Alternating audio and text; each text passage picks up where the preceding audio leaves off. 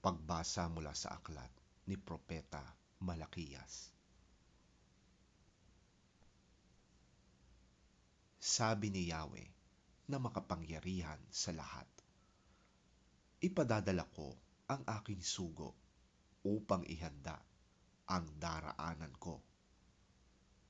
At si Yahweh na inyong hinahanap ay biglang darating sa kanyang templo. Darating ang pinakahihintay ninyong sugo at ipahahayag ang aking tipan. Ngunit sino ang makakatagal pagdating ng araw na yon? Sino ang makakaharap kapag napakita na siya? Para siyang apoy na nagpapadalisay sa bakal at parang sabon na may matapang na sangkap. Darating siya at mauupong tulad ng isang tagapagdalisay ng pilak. Dadalisayin niya ang mga anak na lalaki ni Levi katulad ng ginto at pilak, at sa pamamagitan nito'y magiging karapat-dapat ang kanilang handog kay Yahweh. Dahil dito, ang mga handog na dadalhin ng mga taga-Huda at Jerusalem ay magiging kalugod-lugod kay Yahweh tulad ng dati.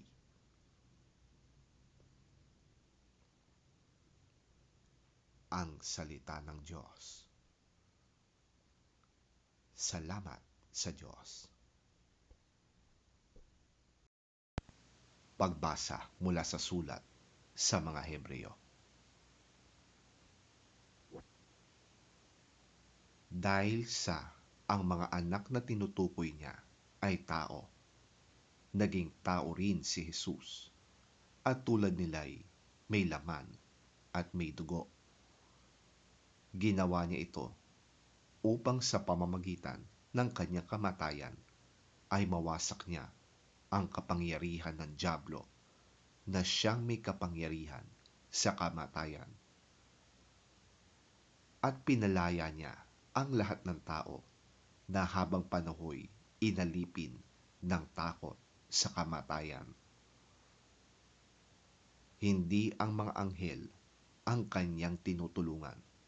Sa halip ay mga anak ni Abraham. Kaya't kinailangang matulad siya sa kanyang mga kapatid sa lahat ng paraan. Sa gayon, siya'y naging isang pinakapunong pari, mahabagin at tapat na naglilingkod sa Diyos at nag-aalay ng handog para mapatawad ang mga kasalanan ng tao. At ngayoy, matutulungan niya ang mga tinutukso, sapagkat siya man ay nakaranas ng pagtukso at paghihirap.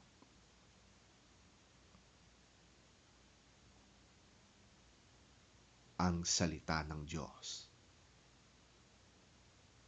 Salamat sa Diyos.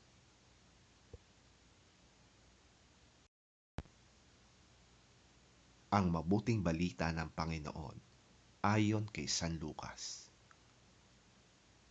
Papuri sa iyo, Panginoon. Nang sumapit ang araw ng kanilang pagtupad sa seremonya ng paglilinis, ayon sa kautusan ni Moises, pumunta sila sa Jerusalem. Dinala rin nila ang sanggol upang ihandog sa Panginoon, sapagkat ganito ang nasusulat sa kautusan ng Panginoon. Bawat panganay na lalaki ay itatalaga sa Panginoon.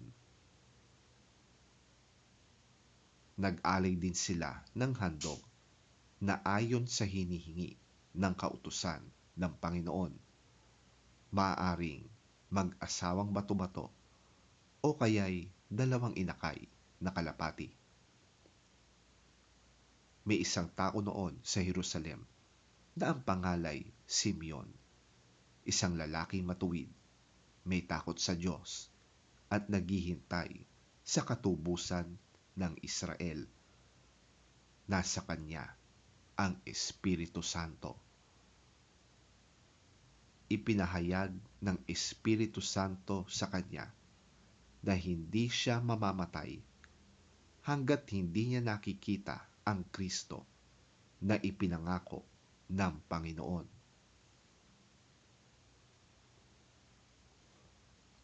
Sa patnubay ng Espiritu, si Simeon ay pumasok sa templo.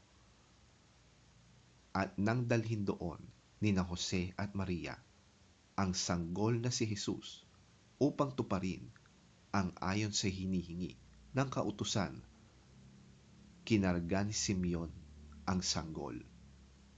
Pagkatapos, nagpuri siya sa Diyos.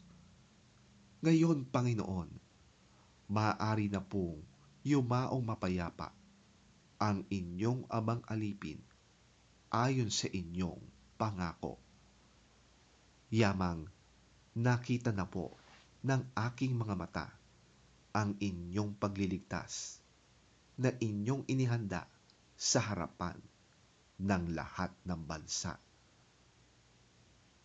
Ito po ay liwanag na tatanglaw sa mga hintil at magbibigay dangal sa inyong bansang Israel.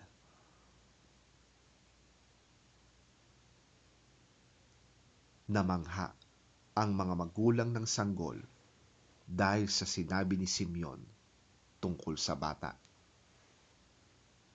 Binasbasan sila ni Simeon at sinabi kay Maria, "Tandaan mo, ang batang ito'y nakatalaga sa ikapapahamak o ikaliligtas ng marami sa Israel. Siya ang magiging tanda mula sa Diyos, ngunit tutulig sa siya ng marami, kaya't mahahayag ang kanilang iniisip. Dahil dito, magdaranas ka ng matinding kapighatiang parang isang patalim na itinarak sa iyong puso."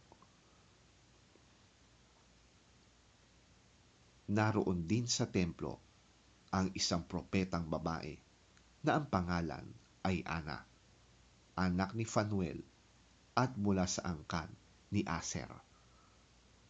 Siya'y napakatanda na.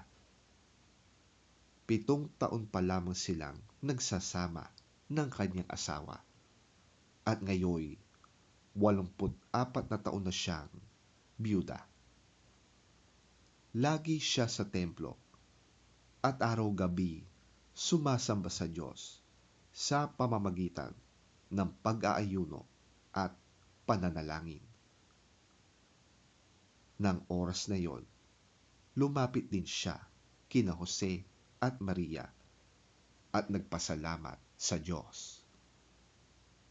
Nagsalita rin siya tungkol sa sanggol sa lahat ng naghihintay sa pagpapalaya ng Diyos sa Jerusalem.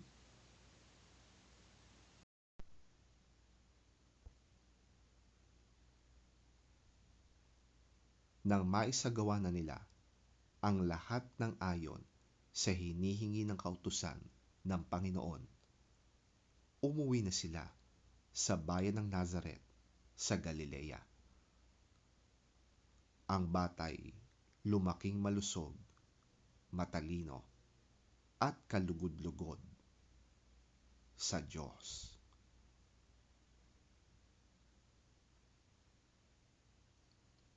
Ang mabuting balita ng ating Panginoon. Pinupuri ka namin, Panginoong Hesukristo.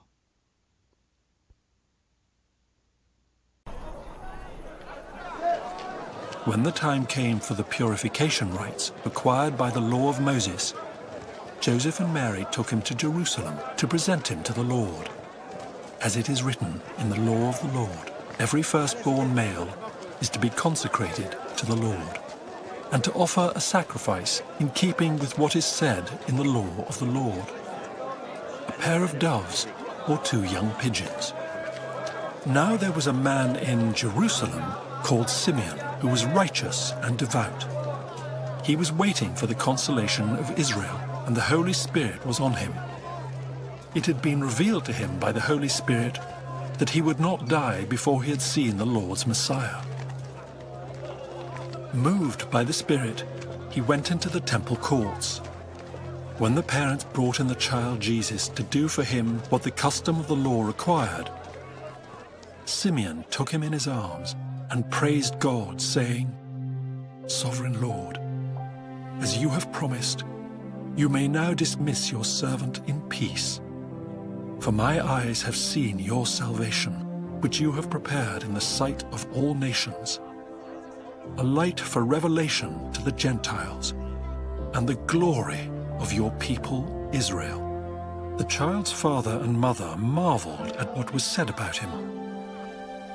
Then Simeon blessed them and said to Mary, his mother, "This child is destined to cause the falling and rising of many in Israel, and to be a sign that will be spoken against, so that the thoughts of many hearts will be revealed, and a sword will pierce your own soul too."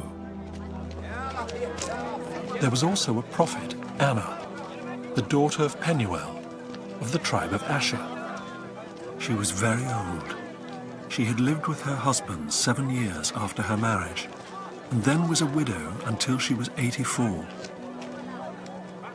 She never left the temple, but worshipped night and day, fasting and praying.